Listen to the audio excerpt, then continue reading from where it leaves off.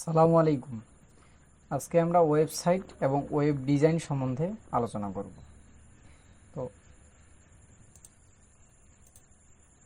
Website আসলে একটি বইয়ের সাথে আমরা তুলনা করতে পারি, যেমন একটি বইয়ে অসংখ্য পেজ নিয়ে একটি বই তৈরি হয়, ঠিক তেমনি কয়েকটি ওয়েব পেজ নিয়ে একটি ওয়েবসাইট তৈরি হয়। তো একটি বই মূলত একটি পিডিএফ থেকে প্রিন্ট করা হয়, যেগুলো আমরা জানি। যারা আমরা ধরে নিব যে আপনারা বেসিক কম্পিউটারের বেসিক সম্বন্ধে জানেন, অতএব পিডিএফ সম্বন্ধে ধারণা আপনার আছে। তো পিডিএফ থেকে আসলে একটি বই তৈরি করা হয়, যে বইয়ে অসংখ্য পেজ থাকে এবং পেজের মধ্যে বিভিন্ন কন্টেন্ট থাকে, টেক্সট এবং ইমেজ থাকে এবং অন্যান্য আমাদের কন্টেন্ট থাকে। ঠিক তেমনি একটি ওয়েবসাইটে যে পেজগুলি থাকে, সেই পেজের মধ্যে অসংখ্য কন্টেন্ট থাকে, যেগুলোর মধ্যে আমরা দেখতে পাচ্ছি ছবি থাকে, অর্থাৎ ইমেজ এবং টেক্সট থাকতে পারে, অডিও ভিডিও ইত্যাদি থাকতে পারে। তো যেহেতু একটি পিডিএফ থেকে এই বই তৈরি হয়, ঠিক তেমনি এই প্রতিটি ওয়েব পেজ আবার কোডিংয়ের মাধ্যমে তৈরি হয়। তো দেখি আসলে কিভাবে এগুলো তৈরি হয়। তো পিডিএফ থেকে যেহেতু বই তৈরি করা হয়, তো ওই পিডিএফ তৈরি করা হয়েছে আমাদের ওয়ার্ড প্রসেসর দিয়ে। ওয়ার্ড প্রসেসর সম্বন্ধে আপনারা জানেন। ওয়ার্ড প্রসেসর এই অ্যাপ্লিকেশনটি থেকে আমাদের পিডিএফ তৈরি করা হয়, দেন এখান থেকে প্রিন্ট করে একটি বই তৈরি করা হয়। ঠিক তেমনি একটি ওয়েবসাইট তৈরি করার জন্য টেক্সট এডিটরের সাহায্য নিতে হয়। টেক্সট এডিটর থেকে কি করা হয়, আমাদের ওয়ার্ড প্রসেসর থেকে যেমন পিডিএফ, ডক্স ইত্যাদি ফাইল তৈরি করে, ঠিক সেগুলো থেকে আমাদের প্রিন্ট করে একটি বই তৈরি করতে হয়। তেমনইভাবে আমাদের ওয়েবসাইট তৈরির জন্য টেক্সট এডিটরের মাধ্যমে আমাদের কোডিং করে HTML, CSS অথবা জাভাস্ক্রিপ্ট বিভিন্ন ফাইল তৈরি করে আমাদের ওয়েবসাইট তৈরি করা হয়। তো দেখি যে HTML, CSS, জাভাস্ক্রিপ্ট আসলে কোনটির কাজ কি।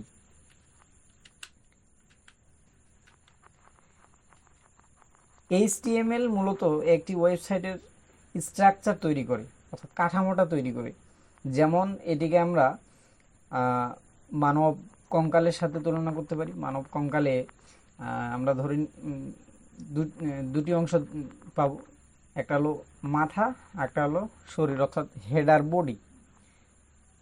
তো এই HTML এর কাজ হলো একটা ওয়েবসাইটের জাস্ট স্ট্রাকচার তৈরি করবে, অর্থাৎ আমাদের কাঠামোটা দিবে, কিন্তু আমরা CSS দিয়ে সেই কাঠামোটাকে একটা সুন্দর লুক দিতে পারবো, যেটা আমাদের প্রেজেন্টেশনে সাহায্য করবে।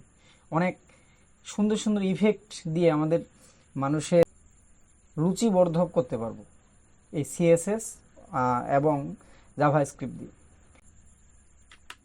ওয়েবসাইট আসলে কিভাবে রান করে, তো এর জন্য দেখি আসলে প্রথমে যে পিডিএফ, যেটা থেকে আমাদের বই প্রিন্ট করা হয়, পিডিএফ কীভাবে কাজ করে। তো একটি পিডিএফ যখন তৈরি করবেন, আপনার কম্পিউটারে যদি পিডিএফটি থাকে, সেটাকে আপনি কিভাবে রান করবেন। তো কম্পিউটারটা সেক্ষেত্রে একটা আপনার সার্ভার, এই সার্ভার থেকে আপনার পিডিএফটাকে রান করাতে হবে একটি ব্রাউজারের মাধ্যমে। ধরলাম আপনি যে কোনো ব্রাউজার নিতে পারেন, ক্রোম ব্রাউজার, ফায়ারফক্স। তো যে কোনো একটি ব্রাউজারের মাধ্যমে যখন ওপেন করবেন, তখন সেটি রান হয়ে আপনার পিডিএফটি ওপেন হবে। ঠিক তেমনি যখন আপনি আপনার তৈরি কোডিং ফাইল, অর্থাৎ HTML ফাইল, এই কম্পিউটার থেকে আপনি যখন এই আপনার HTML ফাইল ওপেন করতে যাবেন, সেটা শুধুমাত্র একটা ব্রাউজারের মাধ্যমে ওপেন করতে পারবেন। যে কোনো একটা ব্রাউজারের মাধ্যমে যখন আপনি ওপেন করবেন, তখন আপনার সেই কোডিং করা ফাইলটাকে আপনি ওই ওয়েবসাইট রূপে দেখতে পাবেন। এখন ওয়েবসাইট আসলে আপনি যদি আপনার কম্পিউটারে রাখেন, এবং আমরা তো আসলে ওয়েবসাইট তৈরি করি সারা বিশ্বে দেখানোর জন্য, কিন্তু আপনার কম্পিউটারে যদি থাকে সেটি, তাহলে সারা বিশ্বে তো দেখতে পারবেন না। সেজন্য আপনার তৈরি যে ওয়েবসাইট, সেটাকে একটা লাইভ সার্ভারের মধ্যে রাখতে হবে।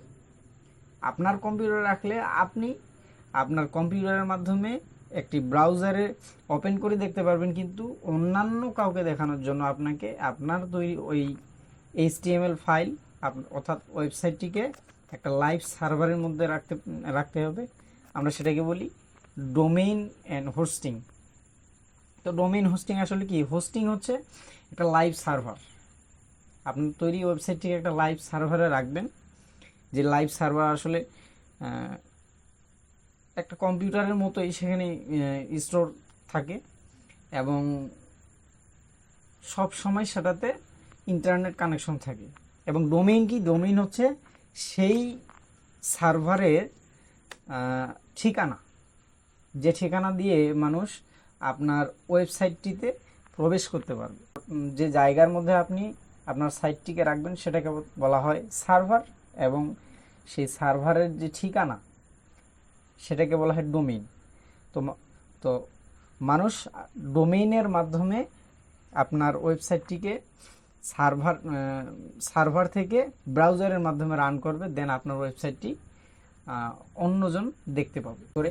তো এই যে ওয়েবসাইটের ওয়েব পেজে বিভিন্ন কন্টেন্ট আমরা তৈরি করি এবং বিভিন্ন ধরনের লুক দেই, সুন্দর সুন্দর ইফেক্ট দেই, এত কিছু যে কোডিং করে আমরা করি, এই বিষয়টাই হচ্ছে ওয়েব ডিজাইন। এটা ছিল আমাদের ওয়েব ডিজাইনের প্রথম ক্লাস। আপনার ওয়েব ডিজাইন শেখার জন্য আমাদের ইউটিউব চ্যানেল এবং ফেসবুক পেজের সাথে থাকবেন। এতক্ষণ সাথে থাকার জন্য ধন্যবাদ।